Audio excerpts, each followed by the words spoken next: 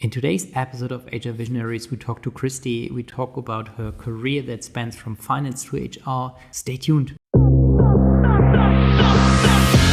Welcome to HR Visionaries, where we unlock the secrets of modern HR. I'm Benjamin, your host. Join us as we shed light on today's HR universe with HR leaders and innovators from across the globe. Whether you're an HR pro, a business leader, or just curious about the future of work, this is your shortcut to the forefront of HR innovation. Brought to you by Hire, the AI talent attraction platform.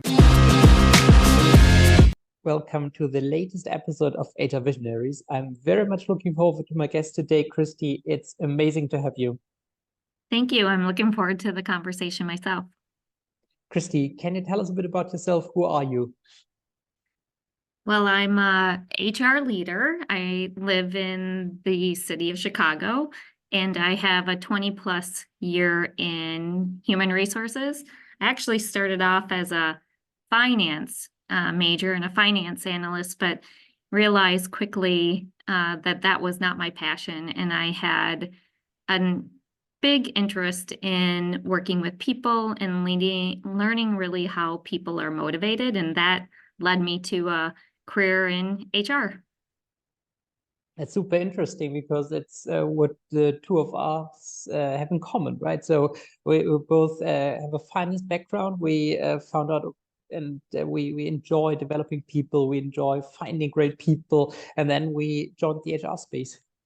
Yeah, I've found that there's a lot of different pathways to many careers, and HR is just one of them. But I'm always fascinated in what people gravitate to and the path in which they get there.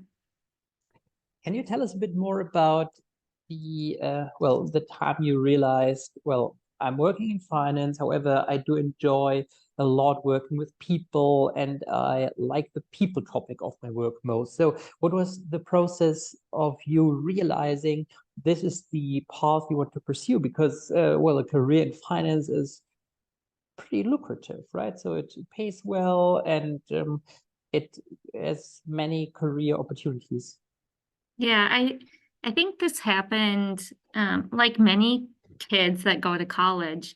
You really don't know what you don't know, and you don't know what careers exist outside of what you've been exposed to, with your childhood or maybe your childhood friends' parents.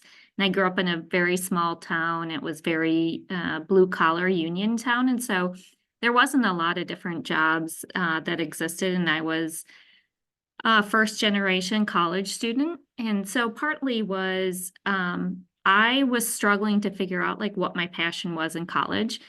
And my mom encouraged me to get a degree in business because she thought that would provide a lot of different opportunities or avenues.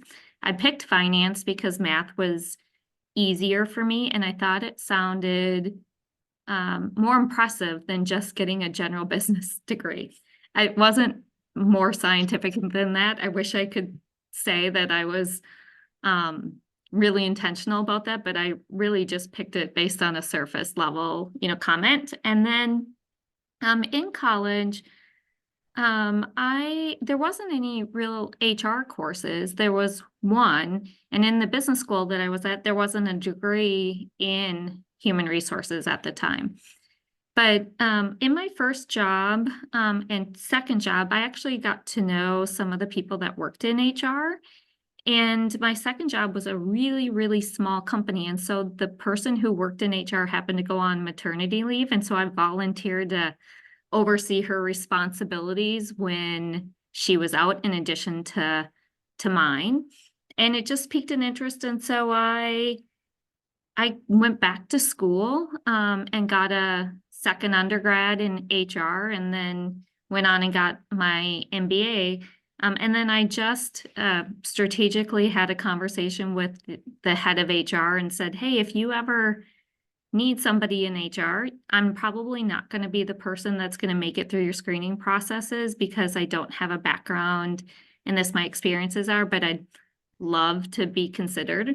And then one day, a few months later, she called me and she said, our finance team needs a new HR rep. We have a love-hate relationship right now going on between finance and HR, and maybe if you could come over here, you could speak their language.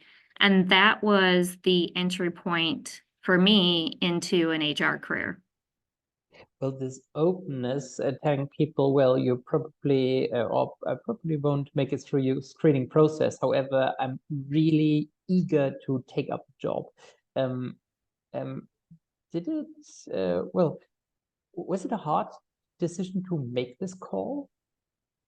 Yeah, I mean, I don't think I'm alone when you have a lot of fear of the unknown. You know, you don't know if your skills are going to translate. You don't know if the job is really what you think in your head it is. And when you're in a job and you're doing fine, that's pretty comfortable. And I think the one thing that I started to realize is like, could I see myself doing this for the rest of my life? And I just felt like I didn't have the joy or the passion, and not that every job and every day brings you passion and joy, but I just like I wasn't seeking or interested in really deepening my knowledge in that topic, and so I knew I needed to do something different. And I think what I got to the place is that the cost of being comfortable wasn't really worth the cost anymore.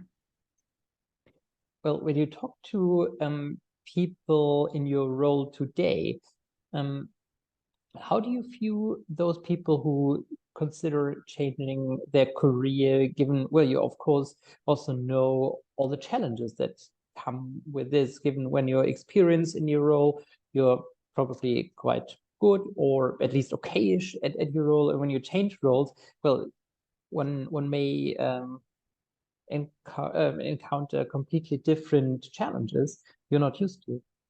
Yeah, I think the one thing about getting uncomfortable is a place of which you often see the most growth. And even if you try something that's different, and you find out that you might not enjoy it, you actually have gotten clarity.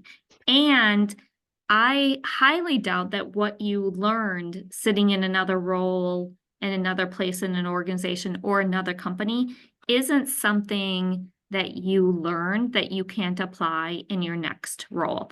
I often said, you know, there's a debate, I think, sometimes between, you know, are you an HR business partner or do you sit in one of the centers of expertise? And by the way, I never volunteered to move out of the HR business partner. I really had to be pushed. But then I had this opportunity because I worked for a Fortune 50 company and I led every single COE that exists in HR. And I didn't have the background. I didn't grow up in that in that sort of domain or expertise. But it taught me a lot. Some of it, which was it made me a better generalist or an HR business partner because I saw things from, you know, many different, you know, perspectives. And I just had broadened, you know, my aperture of understanding how the entire sort of talent life cycle connected in a way that many people couldn't do. Now, I would say there are certainly some of those functional areas that I enjoyed more, some that I was better at than others, but it's hard for me to say that any of those experiences aren't things that I'm applying and using today, and I have a broader understanding and ability to connect things that some people who haven't had those experiences struggle with. Well, one could also say that this is a very fortunate position where you, well, as you said, well, you know the or you have a business background, you know what's going on in the business. So in a function as HR serves the business, and therefore it's very, very helpful to have this knowledge. If you now have people on your team who have no business background but an HR background, how do you encourage them to gain this knowledge and to understand what's going on in the business? I'm like really thinking about what you said, because I have a sticking point about it, because I definitely think my HR professionals should be business leaders that happen to have an HR, you know, expertise. And so I strongly believe that the talent strategy that you have has to be connected to the business strategy, that you are aligning your talent strategy to enable your business outcomes. I mean, most of your business outcomes are achieved through people. And so if you aren't aligned to that, that's a challenge. I would say, going back to a little bit about your point, there is a lot of analytics and business acumen that you need, particularly in certain functions within HR. In my last company, for example, I had total responsibility for benefits and compensation, but our medical plan alone was $400 million. And depending on how you price those plans and the claim experience, you could find yourself, particularly in large corporations that are self-insured, in a deficit. And that has a P&L, impact. And so if you don't have a true understanding of numbers and business sense, you can find yourself offsides really quickly. But one of the things that I did when I started this company is I quickly got introduced to the corporate strategist and said, you and I are going to become best friends. I need to understand what the corporate strategy is so I can build the talent strategy. One of the things we do in our department today is we invite a business leader in every month when we have these department meetings to speak about the business, so that everyone understands how we make money, how things are connected, who are our customers, what are our customers' pressures, how are we building products to be able to serve our customers, and how do we continue to stay relevant, now and in the future. Well, you just mentioned these monthly meetings, and I'm wondering, it makes perfect sense. I totally agree. It's something every company should do. However, sometimes you may find some resistance as people in the business may be like, well, I don't have time for that. I have a business to run, and I don't have time for that, and don't see, well, how much this also helps them to be successful. How do you convince everyone to align with their strategy indeed? Yeah, well, I think you already said it, which is like, help me help you be more successful.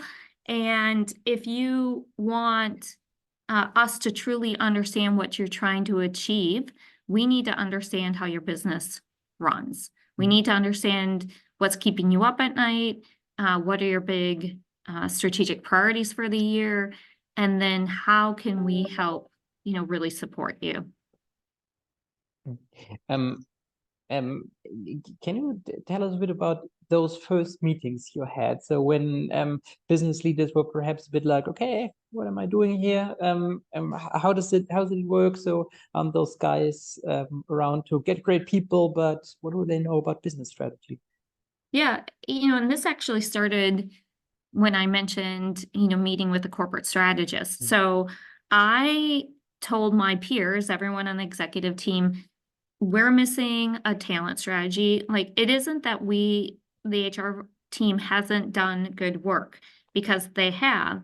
Although when we go to like how we're going to prioritize what we're going to work on this year, it's probably mostly based on what is, I think, a pretty cool initiative. Like, what do I want to deliver? What could I say that I'm proud to say that we do here, versus what is actually really needed at this moment to be a catalyst to achieve our business outcomes. And so that, so they were aware of that. And then I created, with a lot of input, a talent strategy and a talent framework. And then I asked them and their direct reports to assess HR on our maturity, from being reactional to being proactive, from being operational to being strategic. And then I also asked them, like, well, how important is it for me to be strategic across these different aspects of HR? And then I brought back the, results, with them. And one of the biggest thing was, we need a talent strategy that aligns to the business strategy. And so, and versus me having to tell them, their teams also told them that it's really important that we're connected. And that's how I got some buy-in for them to spend the time. And honestly, it's, we have 10 people a part of the executive team. They may spend one meeting a year, half an hour. It is not a big, commitment on their part. And they have a chance to articulate in their own words, what are they looking for from the HR function? What's important to them? What are we doing well? And what are the things maybe we need to do more of?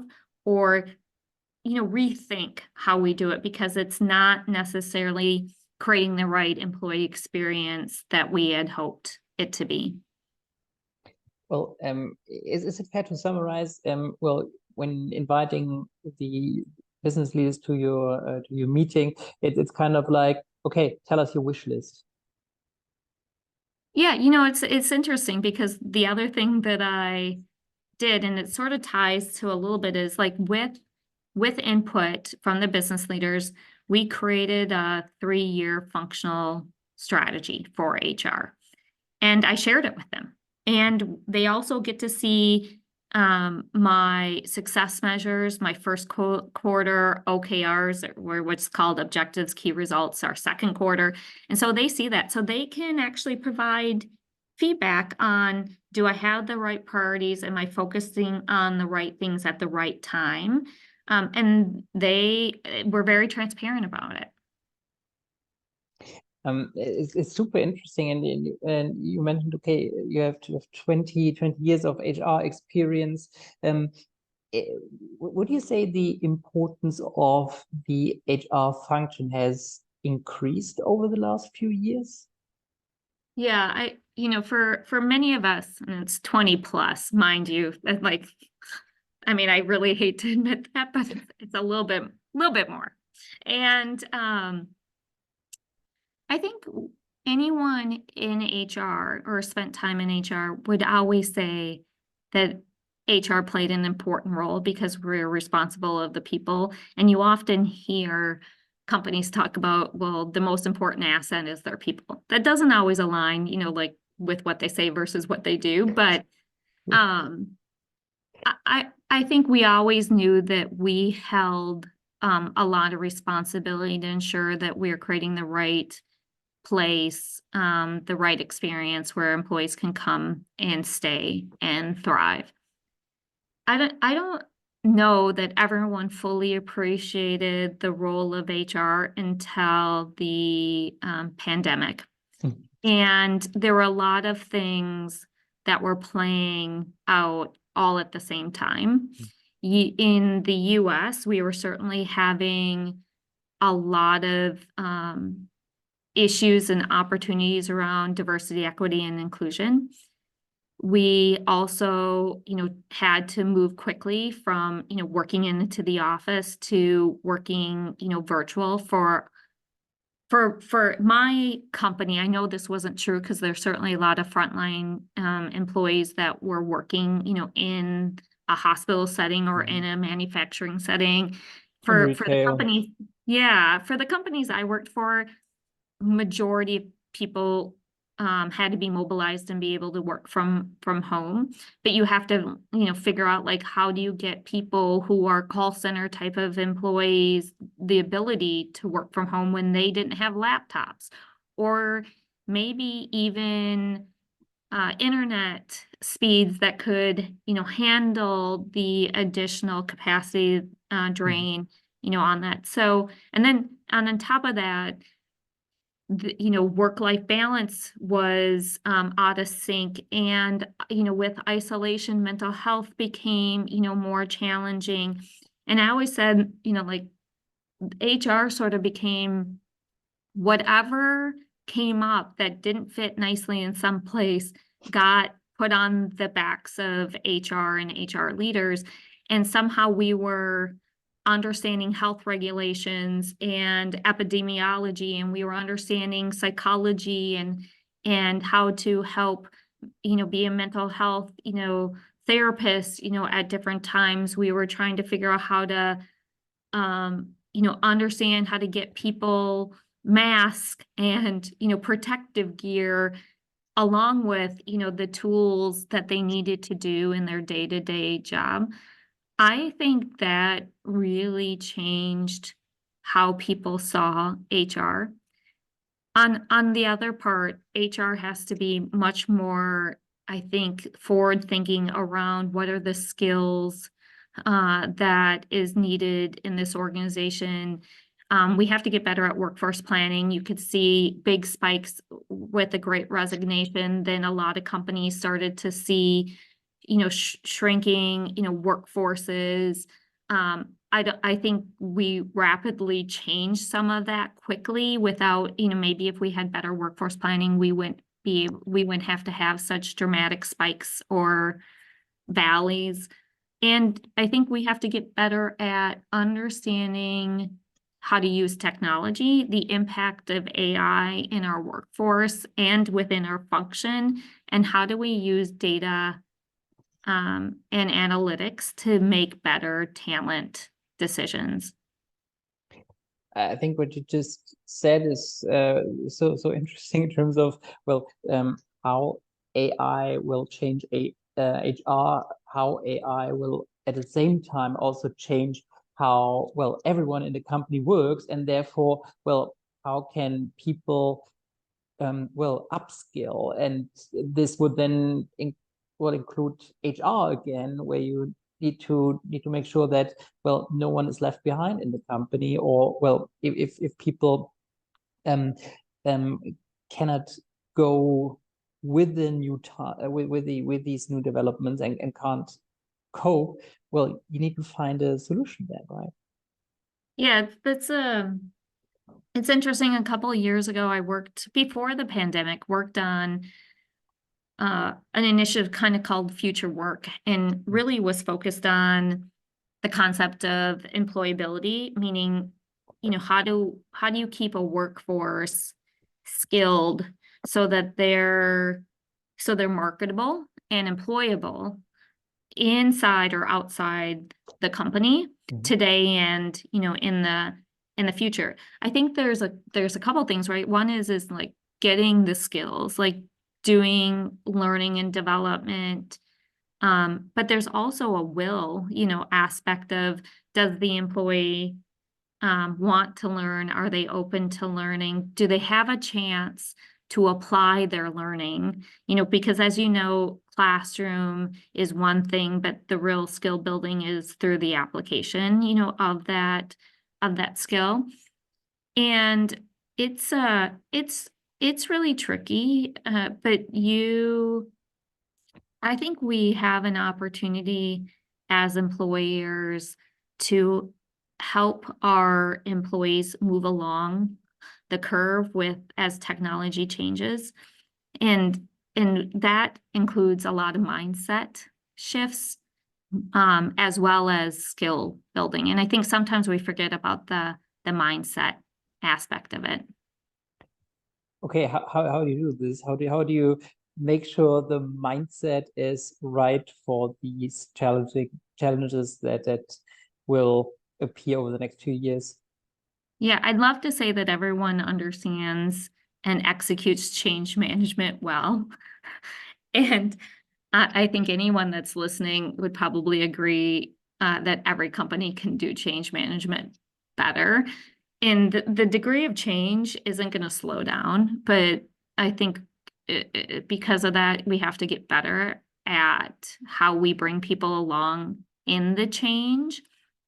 And I think that's partly it, is I've heard so many different variations of, you're not going to lose your job to AI, but you're going to lose your job potentially to somebody who knows how to use AI if you don't figure it out.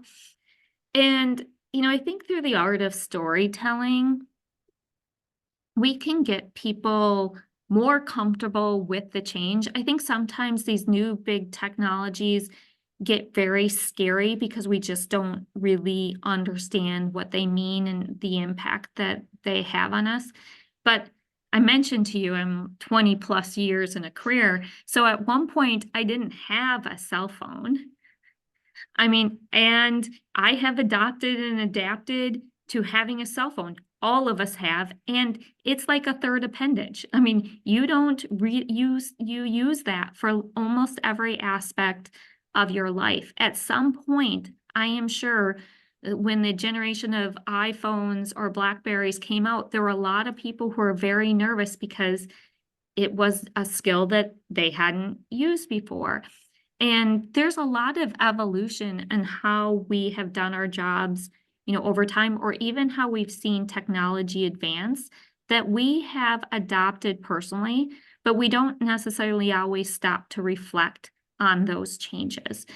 And in most cases in history, when they look at new technologies, for the most part, they've created more jobs than they've replaced jobs. But again, when you're staring at through your own eyes and you don't understand the impact, I understand the initial stances to be resistant because there's just more unknown than what's clear. Which also, underlines the importance of HR, to make sure that, people don't perceive this as a threat, but as an opportunity, so that you, going to learn how to operate your BlackBerry. And it's so cool you mentioned BlackBerry because it's like totally out of your mind these days, right? So there was something that was absolutely revolutionary 15 years ago or so, or 20 years ago, and everyone liked it. And when, to be honest, I also thought when BlackBerry was replaced with iPhones, okay, I was like, okay, can I type emails with my iPhone? And after some time, you're there, right? Well, and now you see those people wearing those glasses or whatever that like do things in the air and they're working. I quite haven't adopted that one yet, but I'm sure someday I'm going to look back and say, like, why was I hesitant, to doing something, like that. But I tell my team often, like at some point, years, generations before us, there were people who held stop signs to direct traffic and then became the stop sign post. But there had to be somebody who made the post, and put the post in, and then it went to stoplights. And somebody had to like create the stoplights. You had to manufacture it, you had to design it, you had to understand the electronics, behind it. Then, now there's like smart sensors in those stoplights, right? Like sometimes they can tell like what's the flow of traffic, what time does this stop and change more quickly. But all of this has created new jobs, more so than the one person holding the sign. But we don't necessarily think about it in that path to realize that at some point somebody said, oh, we can't get rid of the person holding the stop sign. That like we won't trust the technology. That's kind of scary. And now look, we're so dependent on that to create our traffic patterns and create safety on the roads that we don't.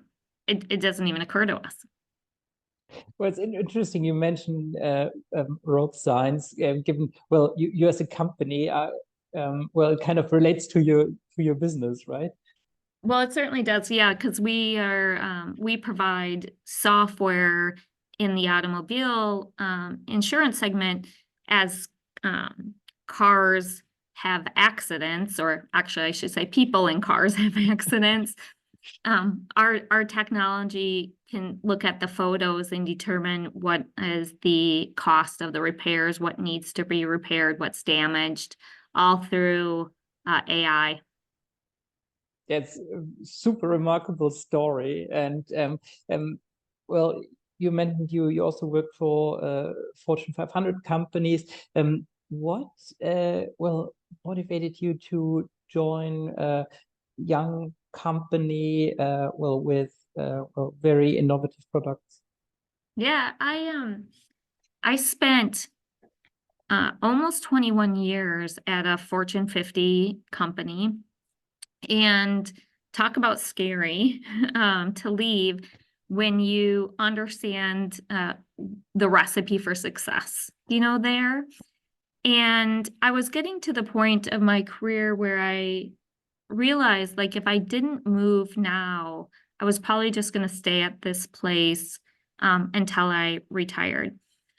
And it was a great, experience for me. As I mentioned, working for a Fortune 50 company, I had 350 people in my downline.